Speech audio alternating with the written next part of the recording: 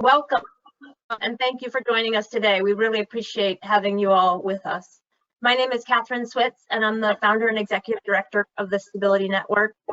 We are a growing movement of people in the workforce speaking out about our own mental health conditions to inspire and encourage others, and that is even more important today. With over 200 leaders in over 100 cities, we work day to day to try to transform the dialogue around mental health, one story at a time. Today, we're here to talk about managing our mental health in a time of COVID.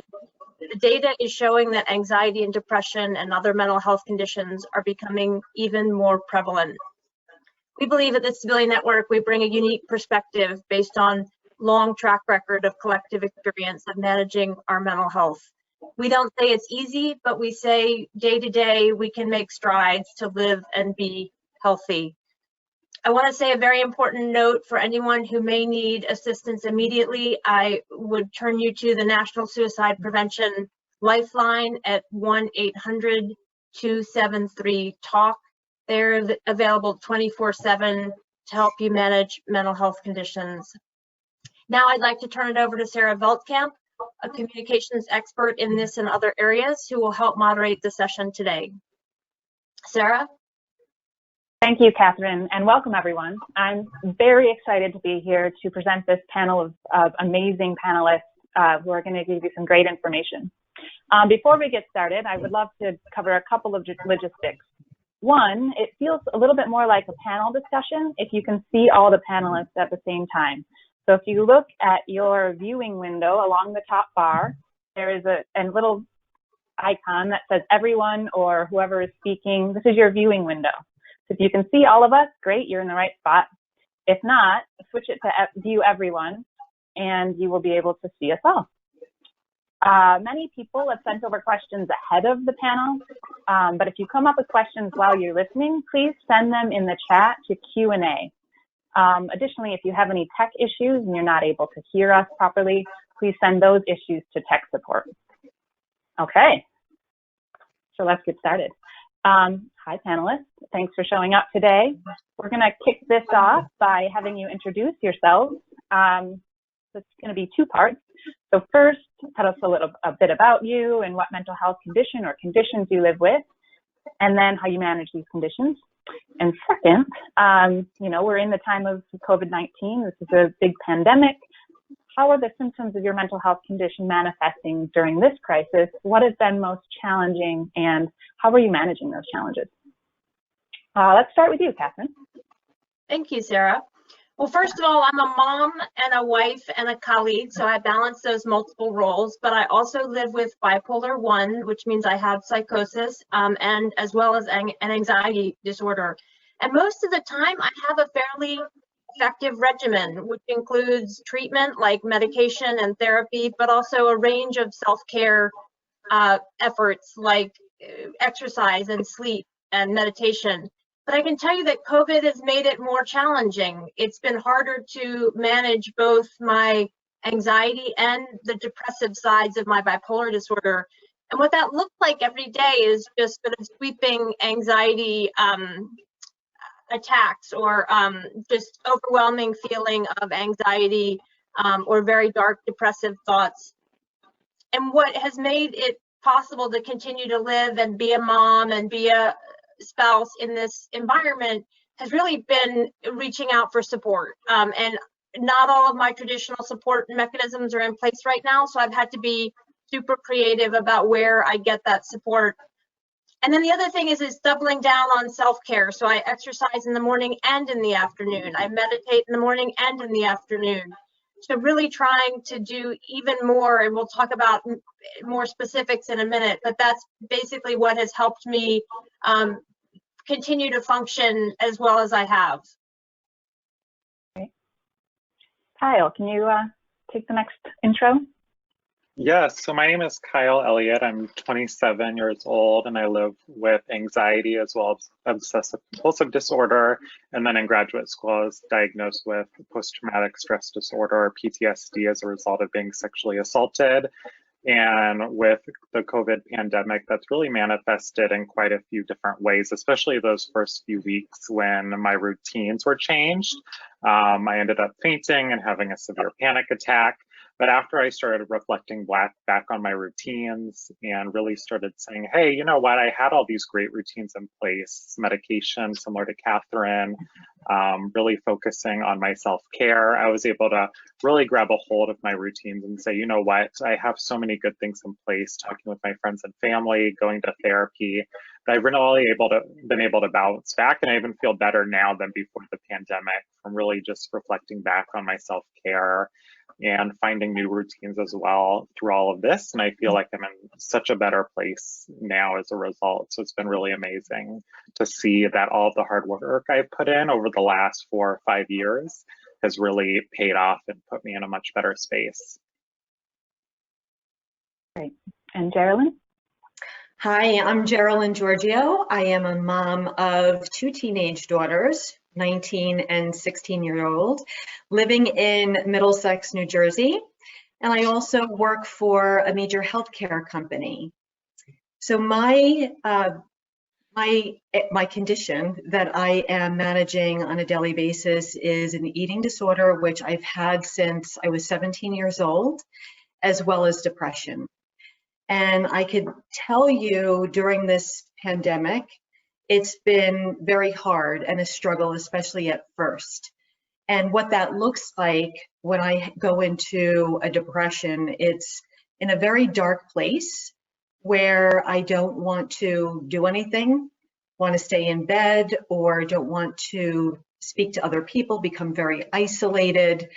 And that happened a couple of weeks ago, and I knew that I needed to do something about it, and I pulled upon my previous tools. For example, I've now increased my therapy to once a week versus every other week, and also had a change in my medication. Also am socializing with my friends, reaching out to family, and putting myself out there. And that has been helping to cope with the pandemic and what we're dealing with right now. So I do feel better over the past couple of weeks, and I hope that continues. Excellent. Well, thank you all for that introduction. As we kick off the moderator questions, I'm going to be giving you, I want to start out to get kind of a baseline to think what people on this call or people who will be listening to the recording later, what do they need to understand about mental health conditions? And I'm going to kick that off. Kyle, if you could start us out. Yes, I love that question. So something that is really key to know and was really helpful for me throughout this journey is that support is available, especially when I was going through the really most difficult parts of PTSD, when I was having panic attacks that lasted for hours right after being sexually assaulted. And now during those first few weeks of being in shelter in place, and again, where I was feeling triggered, it was really key for me to know that support was available, that therapy was available, medication was available, my own forms of self-care like calling family members, getting on video with people was available. So it's key for people to recognize that support is available. That's been really helpful for me, and that with support, that recovery is possible. And for me, I recognize that recovery isn't just the absence of symptoms. It's not that I'm never going to feel anxious, that I'm never going to have a panic attack, but instead that I'm able to manage it, and I feel comfortable in my ability to manage it and know that I have the tools and resources available to manage it, and that my symptoms over time have decreased. So that's really what I want people to know, is that really resources and treatment are available and recovery is possible. Geralyn, do you want to answer that one next? Sure. I would say don't make assumptions about people that have mental health conditions. I think that's really important. At my work, I started an employee resource group, and we call ourselves the Mental Health Diplomats. And this group grew from under 50 people to about 2,500 people around the world in 42 plus countries. And our mission has been to eliminate the stigma associated with mental health conditions in the workplace. So this is the work that we do on a daily basis to ensure that our employees and our people leaders really understand that you can't make assumptions about people with mental health conditions. And the best thing to do is to ask questions, not to give advice, because the advice that you give may not be the good advice that works for that individual. So the best thing that you can do is really just listen and be there, or ask the person how you can best support them, and learn a little bit more about that person, about their mental health condition, and how they would like to be interacted with. Katherine, anything to add? Yes, I'd like to piggyback on what Kyle said, just to say, even if right now you're not able to, or you don't even know if you need medication or therapy, maybe it's early days and you're just having these symptoms, there are strategies that can help. Relief is possible, and recovery is possible. So whether it's changing up your exercise regime or adding other aspects of a self-care approach that work for you, and really figuring out what are the things that bring you joy, what are the things that bring you peace, and trying to put together a schedule where you're really doing those as often as possible. But there are strategies. It may take trial and error, and it may be frustrating, but it is possible to feel better. Excellent. All right, Katherine, since you're talking, I'm going to keep you talking. You've mentioned difficulties finding or having to switch up how you're finding support, and I wanted to hear a little bit more about that. How are you finding support during this crisis? Yes, and first let me say, it is hard to ask. It's hard for me personally to ask for help. It's not my comfort zone. It can make me feel vulnerable and feel guilt that I'm not able to do everything by myself. So the first thing that I have to do before I even reach out to support is manage all of those internal thoughts that may be preventing me from doing that. But I'm really proud of myself, and I was able to do that during this pandemic. And I look to my mom and a friend and really have a daily scheduled call at the same time every day with each of them, where I check in and I feel I can be comfortable and open. I think we're all finding that the supports that we relied on before may not be there. And so we have to get creative. But for me, at least, the first step was overcoming my own reluctance. But I can say it was well worth it. Great. Anyone else have any ways that they've been finding new types of support in their lives? Sure, I could add a little bit to that, because it really resonates what Katherine said with me in terms of not reaching out and asking for help. And the community that I was a part of establishing has been really helpful, actually, at this point in my life, and also through this crisis.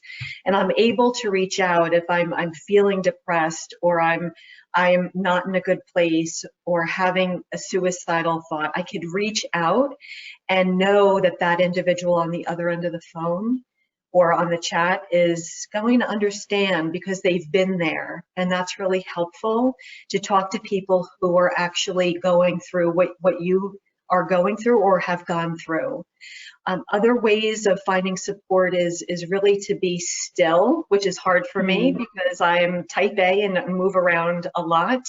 So just sitting with my feelings and coming to grips with, what am I feeling? And how do I process that, and what do I need to do? Who do I need to talk to? Maybe I need to do some yoga. Maybe I need to be more fit and get off the couch and start exercising. So that's been really helpful for me, to just come into touch with my feelings, which is not something I often do. Yeah, definitely. And speaking of, it sounds like you're talking about some routine issues there, like how can you be active, stay active. I'd love to flip over to Kyle, because you mentioned in your intro that you find routine incredibly important during this time. What have you done to make some changes and to accommodate the new schedule? Yeah, similar to Geralyn and Katherine, For me, it's been a lot of asking for help because I am not good at asking for help either. I'm a career coach, so for a living, I am helping people all day long. So being on the opposite side and saying I'm a helper and now I need to ask for help and seek other helpers has been really new for me. But with my routine, I've integrated more conversations with other people. I do a lot of my work at coffee shops. When I'm not on the phone with clients, I'm usually at the coffee shops writing resumes or LinkedIn profiles. And we can't go to coffee shops now. So I've been finding other opportunities to connect with people. I'm calling my parents more. I'm calling my grandmas more. Similar to Catherine, I have a time every day where I call my mom. When I call my dad, I call my nanas every week. So really just finding more times to connect with people and also doing it more on video. So making sure I'm not just on the phone, but seeing people face to face. I have a lunch every Friday with a friend. I'm doing more webinars like this and opportunities where I can really just see people face to face. And then other routines I've done is really just more walking. So I don't like sweating. So I don't have a gym membership or anything like that. So I haven't missed the gym like a lot of other people, but finding other ways to get out and other ways to just move my body, because that's something I've missed. So a lot of walking and hiking and really just making sure that I'm moving and there's some routine around that, because I just like Catherine, having a schedule and creating a new schedule throughout all of this has helped me manage my anxiety. And Sarah, if I could just jump in on the routine point as well, I literally have, starting at 7 a.m. through 8 p.m., a schedule hour by hour of what I'll be doing. And the most important things I put in are my self-care, my meditation at a certain time, my walking at a certain time, my biking at a certain time. So really for me, and I set it with my son who's 6 every morning. We set a schedule and it's not rigid, you know, if we don't get to something or, you know, it's not, but having that self-care scheduled in and written down on a sheet of paper really helps me be accountable. And it also just gives me a lot of peace knowing what's coming next and knowing that even if I'm feeling really overwhelmed at 10 a.m. at 4 p.m., I know I have some yoga scheduled. Or a call with somebody scheduled, and just having that paper schedule every day that we set it in the morning over breakfast really helps. Excellent. Geralyn, you had mentioned in your last comment that you had some difficult feelings that came up early on in this crisis and that probably continue to surface. Your strategy for managing them, you said, is to get still. Can you give some more specifics on what that looks like and how that works for you? Sure. So what I've been doing is, excuse me, going downstairs into my basement and literally sitting on a yoga mat and crossing my legs and just being very still and see what I'm feeling, and to try to understand what the root cause is. Which has been really helpful, because if it's, I have anxiety about something that's going on at work, or we were talking a little bit about routine just now. And for me, routine is pretty difficult because I work full time and have a very busy schedule with very little breaks in between in the job that I have. So when I do have little breaks, ensuring that I'm going out for a walk, or if the sun is out, just go out and sit in the sunshine. If there's something that's bothering me about my girls, they're not doing their chores, for example, and I need help, then I could think about, how do I want to show up in this conversation? How can I reach out to them for help? It's okay to reach out for help. It's okay not to be okay in this moment. And what do I need in order to be okay? Whether that's having a conversation, whether that's being still or doing yoga or eating something healthy, just doing something for my own self-care is something that I've been really trying to do. It's not perfect. I don't do it perfectly every day, but I do at least try to do something for myself, even if it's one little thing each day. So this way I can feel good about the place that I'm in today. Excellent. On the kind of flip side of that, I know, Kyle, you work with clients who are in the middle of job searches often, or looking for new jobs. How do you manage their stress? I'm imagining it's a very difficult time. So when someone comes to you with difficult feelings, how do you manage that situation? So two things come up with that. Similar to Geralyn, a lot of my clients have found it helpful to just sit and do nothing. One resource I like is Calm's Do Nothing for 2 minutes. And 2 minutes doesn't seem that long, but sitting there and doing nothing for 2 minutes has been really helpful for myself and for my clients. 120 seconds, it takes a while to go by at first, and then with time it gets better. So I found that to be really helpful, to just sit and do nothing. It's really amazing. The other thing I like doing is asking those questions, again, similar to Geralyn, to get down to really a deeper level. I like asking, what's the worst case scenario?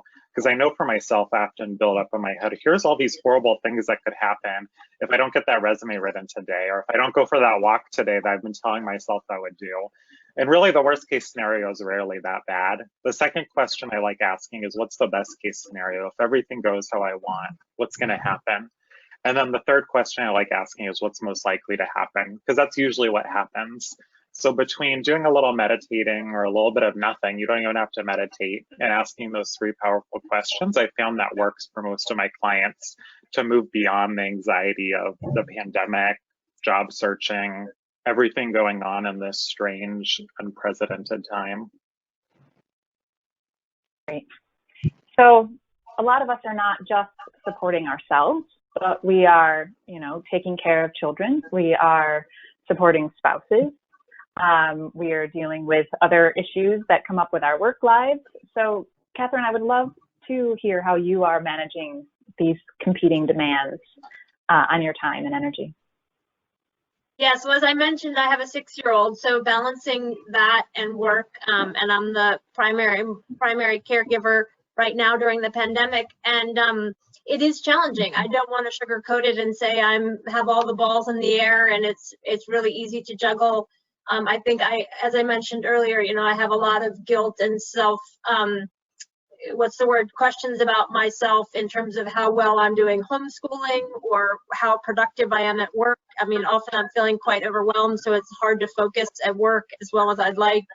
So I think as others have mentioned, there are these swirling thoughts that come up that make it even more difficult. And I think some of the strategies that have been mentioned about sitting help quiet some of those thoughts. But for me, I think the best thing has been a lot of self-compassion. And I know that is a big word and people can say, okay, what does that mean and how do I implement it?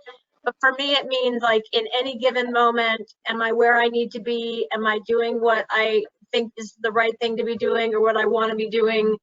And then kind of pushing aside all of the other obligations and really just trying to be present in that moment. But as I said, I don't want to I don't want to sugarcoat it. It is challenging, and all of the strategies we've talked about so far have been instrumental in keeping me going. Speaking of family and family interactions, I'm curious if anybody has adjusted the way that they're interacting with their family in a very intentional way, like set certain boundaries or like spaces in your house to maintain distance, or even just ways of speaking to each other. And I would love to hear if anyone has any of those adjustments that they've made in their home. Family, housemates, partners. Sure. So I can jump in with my two daughters. So both of them, one is in college, so she's doing schoolwork in her bedroom, and the other one also is doing schoolwork in hers. So we all have a place in the house, especially during the day when we're working.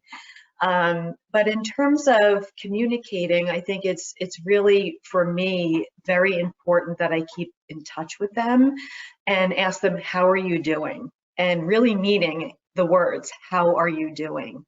Not only physically, but mentally. And keeping that communication open has been really a very good thing, and not something that we usually do in our day-to-day because we're running all over the place in many different directions. But now that we're all contained in one place, it's really going deeper into some of, their feelings and having conversations and not being afraid. Same thing with my family. Some of the norms, we do a Zoom meeting once a week with my brother who's in Denver. My parents are in another part of New Jersey, and that's become a norm now over the past several weeks, which has been really, really nice and not something that we would normally have done in the past. Great. Anyone else have any new family dynamics? Something that's been helpful for me is more physical, is really having that space similar to Geralyn in her house. I rearranged my office at the beginning of all of this, since I wasn't, as I shared earlier, able to go to the coffee shops, have that writing space. So it was helpful for me to just rearrange my office, and it really established that, hey, we're in this weird space, but at least I have this space to write, to coach people, to work on my schoolwork. I'm getting a doctor of education. So I'm busy and I want this space to be centered. So that was helpful for me to not welcome in the pandemic, but say, okay, this is going to happen. I don't have a choice around this. What can I control? And that's been helpful for me with the office, with creating new routines, with spending more time on the phone and video with family and friends, and saying, you know what, let me focus on what I can control. And that's been really helpful for me in controlling my anxiety, just saying, you know what, I'm going to let go of what I can't control and focus on what I do have control over. I would just piggyback on both of those to say, to Geralyn's point, with my 6-year-old, it's all about validating his emotions. So is he feeling mad that something didn't go quite right, or is he feeling frustrated?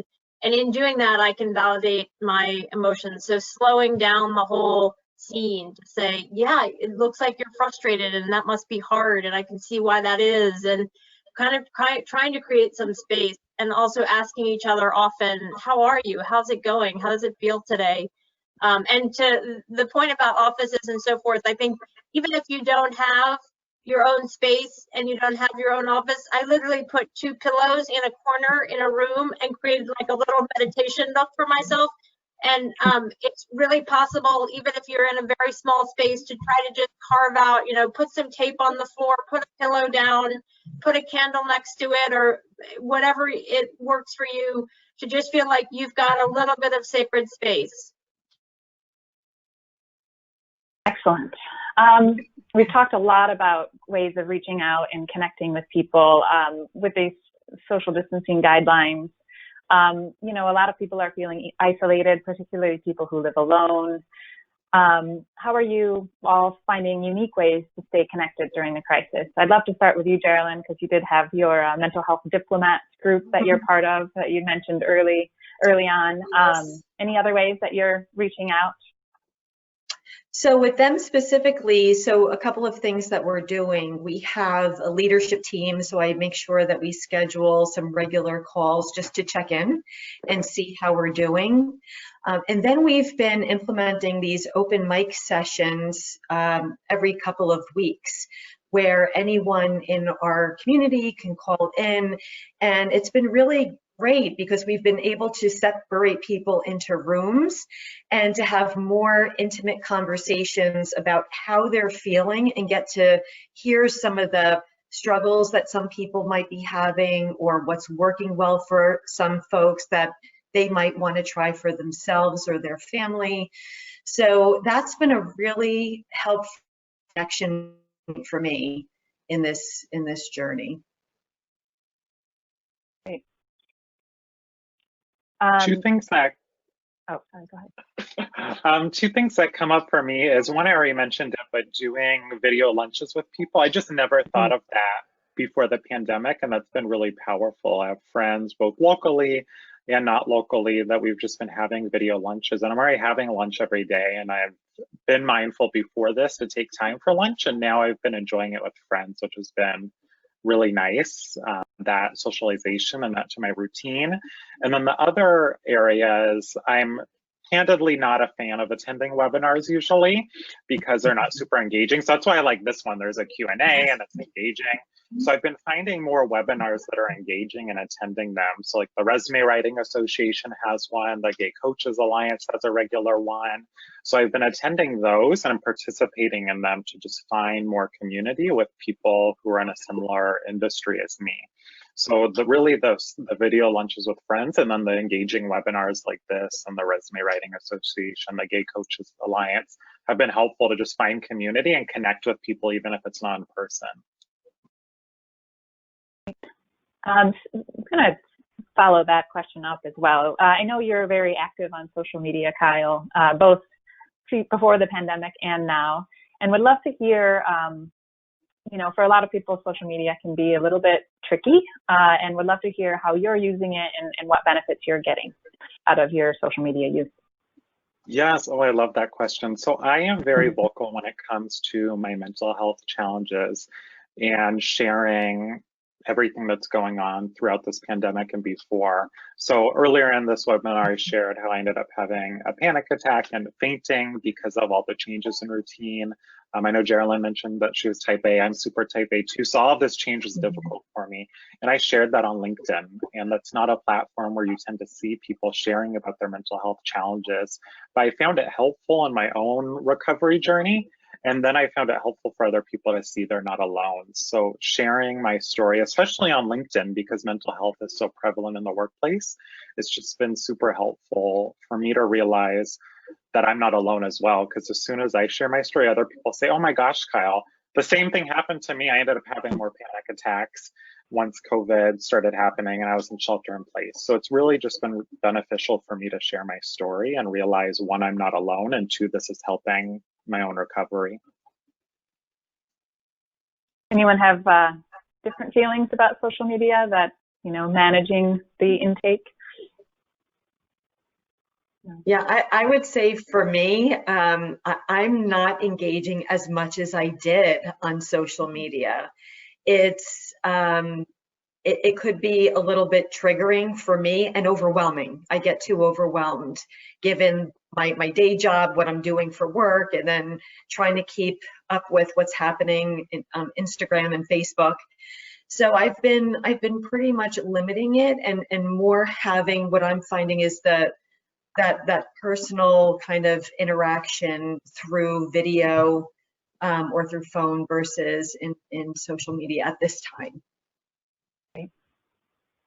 Excellent. So I have one final question for me before we turn things over to the audience.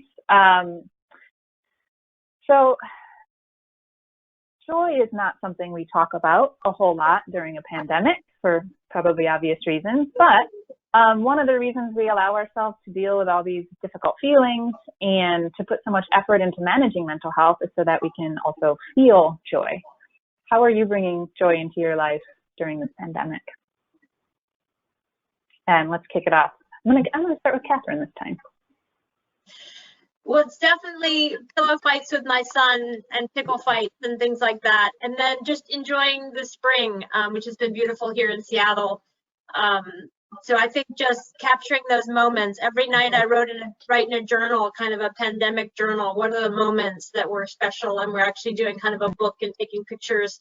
And it's very daily things. It's nothing exciting. It's just sort of the daily, we found a worm yesterday and we were really excited about that. So it's really appreciating those tiny moments.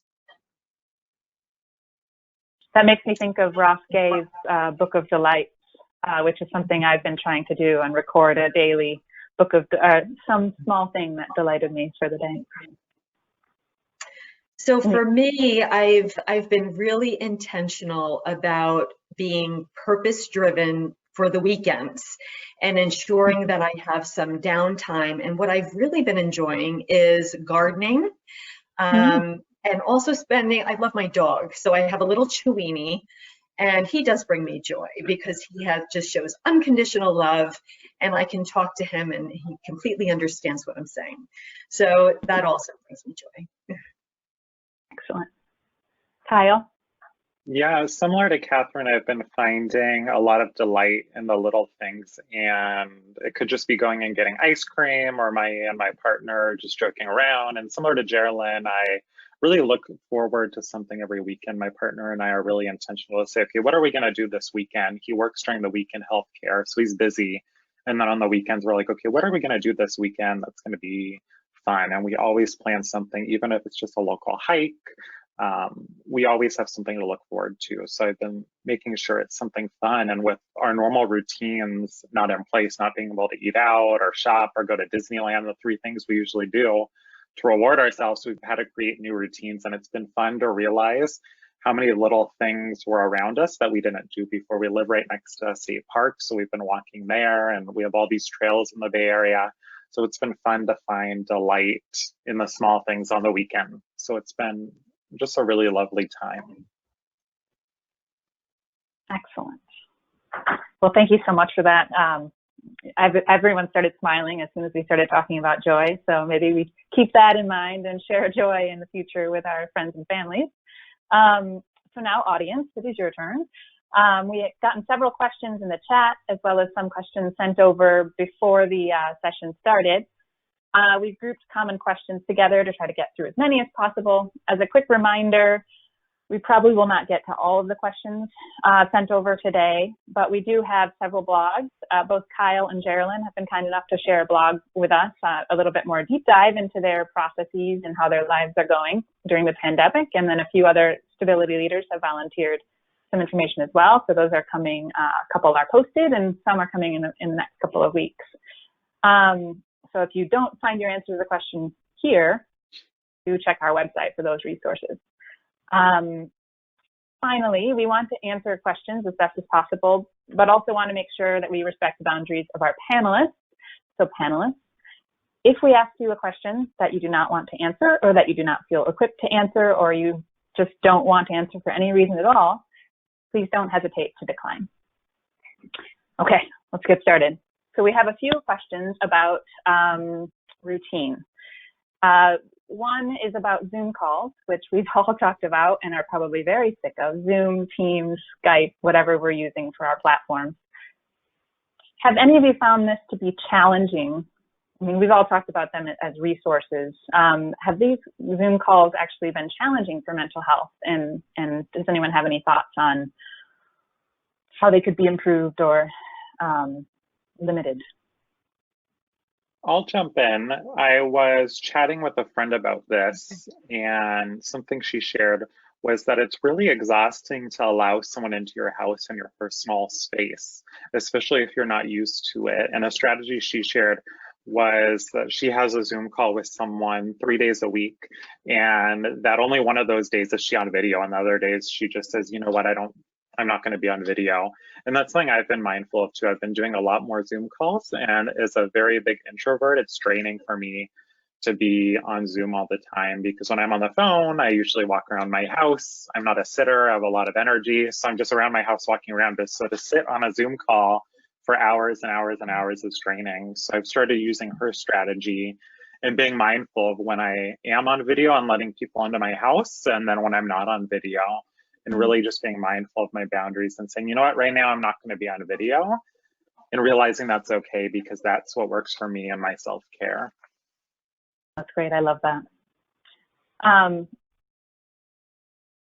know sleep is very important for everyone, and I'm curious if anyone has had any difficulty sleeping and how that's been managing, or maybe sleeping too much, or how do we find that balance in our routines?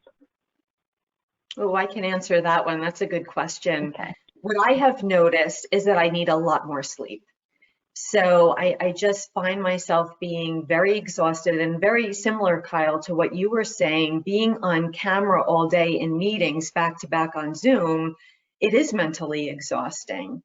So I'm just finding myself being tired a little bit earlier, but very hard to get up in the morning. So I've been trying to set my alarm and getting up a little bit earlier each day, just so I can get back into the routine that I was in previously. Another routine, kind of related routine question.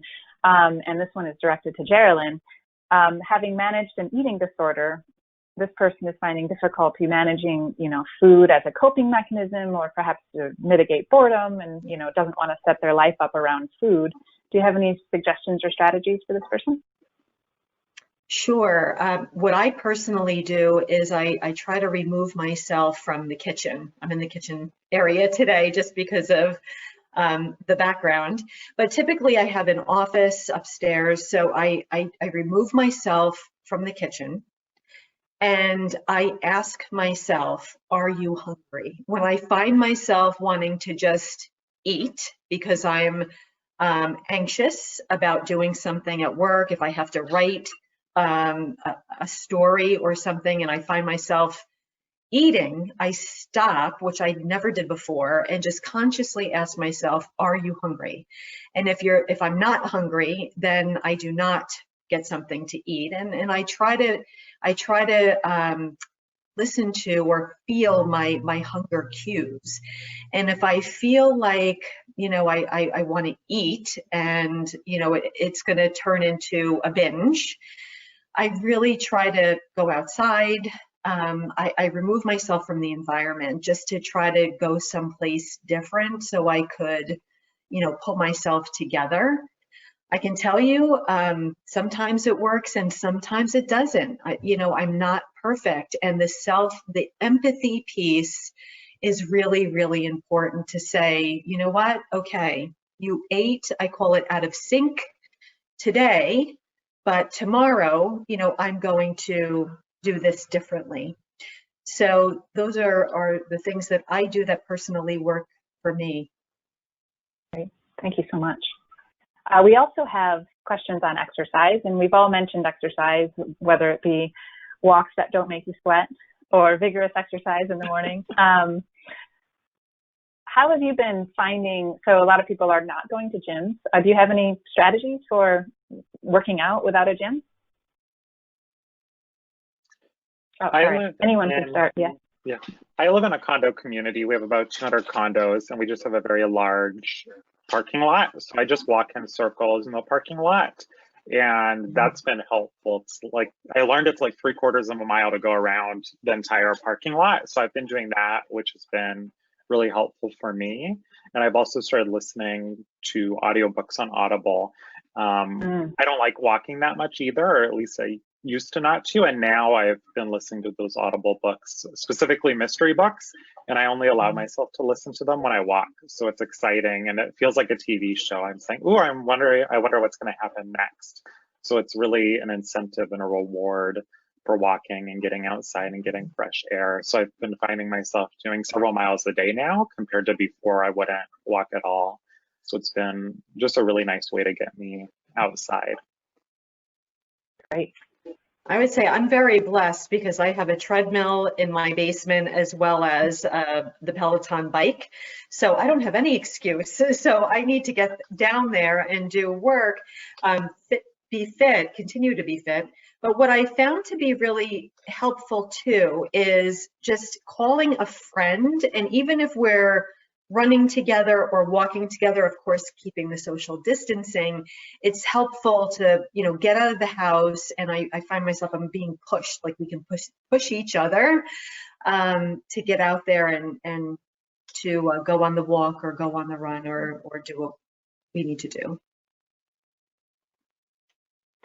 I have a question regarding therapy sessions. So what are remote therapy sessions like? And do you find them as helpful as a remote or as an in-person therapy session? I'm going to direct that to Katherine, because you did talk about your therapy sessions.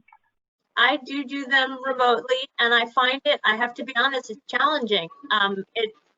It's not as effective, but it's still a really important touch point. So I have to find myself, whereas before I'd look forward to it, now I kind of have to motivate myself for it, but it's just a really important touch point. And go over a spreadsheet of my moods and kind of what I've been doing. And it's important. And I just want to make sure, for those of you who don't have access to that, reaching out to other forms of support is so important right now. But I would say, while it isn't as effective, it is still effective. It is very important, and if it is a tool in your toolbox, I encourage you to avail yourself of it. We have a question. It's kind of a forward-looking question, but what if your companies or business workplaces of work, or if you're the boss, what have you been allowing employees accommodations for mental health issues, and have you seen a progress in your workplace in terms of how people are approaching mental health? Oh, I I'm love not going to this start with you, question. Catherine. Oh. Go ahead, Geralyn. No, I'm not going to start Okay. with you, Catherine, because your whole organization is about this. But Geralyn, please.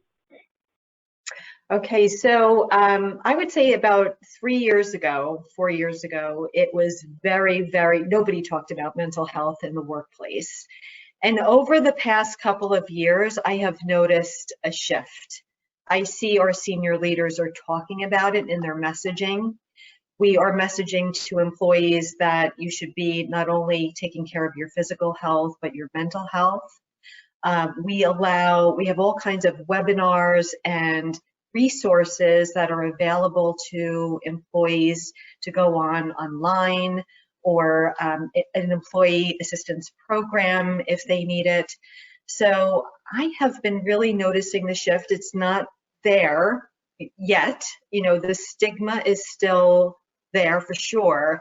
I think the place where we really need to do some work in my organization is with people leaders, so this way they really can understand and be educated what mental health is, what it's not, the symptoms, the signs, the strategies, and how to have the conversation with their employee, because I believe many of our managers are caring, but they don't know how to ask. So teaching them how to even start that conversation is something that we just need to continue to do. Great. It's a good lead into the Stability Network. Catherine, what have you seen in your workplace? Well, I just piggyback on what Geralyn said to say, I think it's so important for managers to make it okay to ask for help or to say, but also not to put the onus on the employee to be the one to, and for me personally, what's effective is to have people ask me regularly, how are you doing and what do you need? And how can I support you? And our workplace is small, but really trying to understand how people are doing and whether they need time off or tasks off their plate or whatever it takes. And that's not just about balancing mental health, it's balancing all of the stressors of this pandemic, which present in so many ways. I think people are struggling with productivity, and they're struggling with the number of Zoom calls, as you mentioned.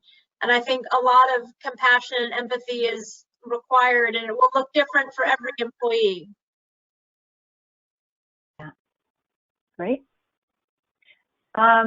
This is a difficult question that we've got because of how digital everything is, and I totally resonate with this one because I can't even watch TV in the evening because I'm so tired of screens during the day. But this person is struggling to stay connected, and a huge part of that is because all day meetings are on Zoom and all of these extra meetings. And so by the end of the day, the ability to reach out and really try to connect with someone is challenging. So any suggestions or thoughts that have worked for you in terms of, obviously we don't have the ability all the time to have face-to-face time, but are there other ways that we can connect? Yeah, it's a tough one.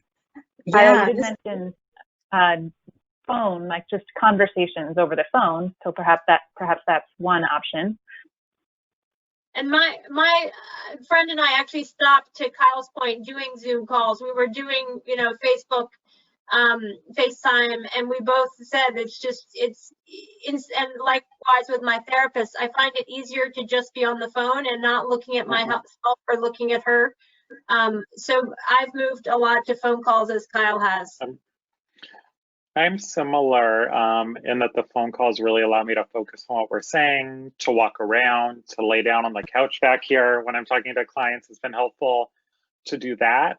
And then also just messaging people, texting or doing Facebook Messenger is really helpful for me. To really just be able to focus on that and do it as I have time and not feel like I have to respond right away, and allow me to just reflect and think about what I have to say and not feel the pressure. Sometimes on the phone or on video, there's this pressure to respond. So that's why I enjoy text message, Facebook Messenger, emailing even friends has been helpful for me. So I just have that time to respond and I don't feel like I'm on all the time on stage. And for me, working at my company, so we are on Zoom all the time. So there are points where if I'm not speaking, I'll go off camera so I can get up and walk around, Kyle, like what you were just saying. But what I'm finding at the end of the day, and I hear you in terms of your struggle and not wanting to connect with people afterwards because your energy is just sucked in, but through all the interactions all day and being on, is just at the end of the day, just doing something for you, whether it's watching a binge show on Netflix. I tend to watch a show of Grey's Anatomy. I'll do one episode just to get myself into a place that's not work, and that I could then be able to call my mother or connect with a friend and want to have a conversation. But that kind of alone time, being kind of in my own head, my own space, is really important to be able to do that. All right. Well, thank you for all of those excellent questions. And we'd love to wrap up with one final positive note. We've been dealing with pretty tough subjects and it's a tough time. So we'd love to hear from all of the panelists a positive thing that they see happening in the world as a result of this pandemic. And I'm going to start, let's start with Geralyn, because you were just talking. Okay. So I do tend to be an optimist, and I try to see the silver lining in very difficult situations. And sometimes when you're going through something like this, or I went through a divorce as an example, you think about, why is this happening to me? But then you realize that it really helps you to grow and to be stronger and to be able to deal with other situations more effectively. So with the pandemic, I find myself saying, you know what, people are being really empathetic right now. They're being authentic and empathetic. And I would like that to continue to happen going forward, because we need to have that, especially for those of us who have mental health conditions. We need to getting the support or being asked, you know, how are you doing today? So I know that many people, even those that don't have mental health conditions, are struggling with this pandemic today. So if we can continue to be authentic with one another, be real, and have some empathy, I think we're going to have a much better world to live in.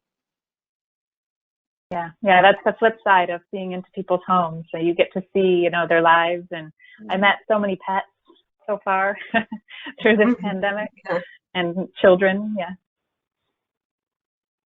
Kyle, do you want to take the next one?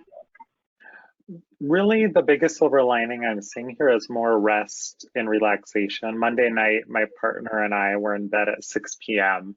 and I'm never in bed that early. And it's been an opportunity for me to realize how many things I don't need to do, how many shoulds are on my task list and project list and all these Post-its I have laying around. And that this is an opportunity for me to really just recharge. And I really hope that I carry this forward after this pandemic ends and I just take time to continue to rest and relax and recharge, and know that doing nothing, that laying in bed at 6 p.m. on a Monday is not lazy, but that it's needed for my self-care and my mental health. And as Katherine said earlier, really that self-compassion is something I needed. And this was the universe just forcing me to slow down and take time for myself. And I would say both of those for me as well, but I would add that I hope people will talk more about mental health and about their varying emotions and feelings, and how they present in their lives, and that will catalyze more support, so that when people now are reaching out more for support, that support will be there when they need it. All right. Thank you, everyone, for going through these questions with us. I would love to just pass it over to Katherine for some final thoughts. Great. Thank you, Sarah, and thank you to our panelists. I really appreciate your time, Kyle and Geralyn. But mostly thank you to those who've joined us. As Sarah mentioned, there is more information and recurring blogs about these issues on our website, which is thestabilitynetwork.org. And we really hope we can be a resource going forward, and that this is kicking off a much deeper process where people can hear from people living and working with mental health conditions. And I just want to say again, if anybody is in need of help right now, the National Suicide Prevention Lifeline is available 24/7. And that number is 1-800-273-TALK. So I just want to say thanks again, and may you and your loved ones be healthy on all dimensions. Have a good day. Bye-bye. Bye. Bye. Thank you. Thank you all.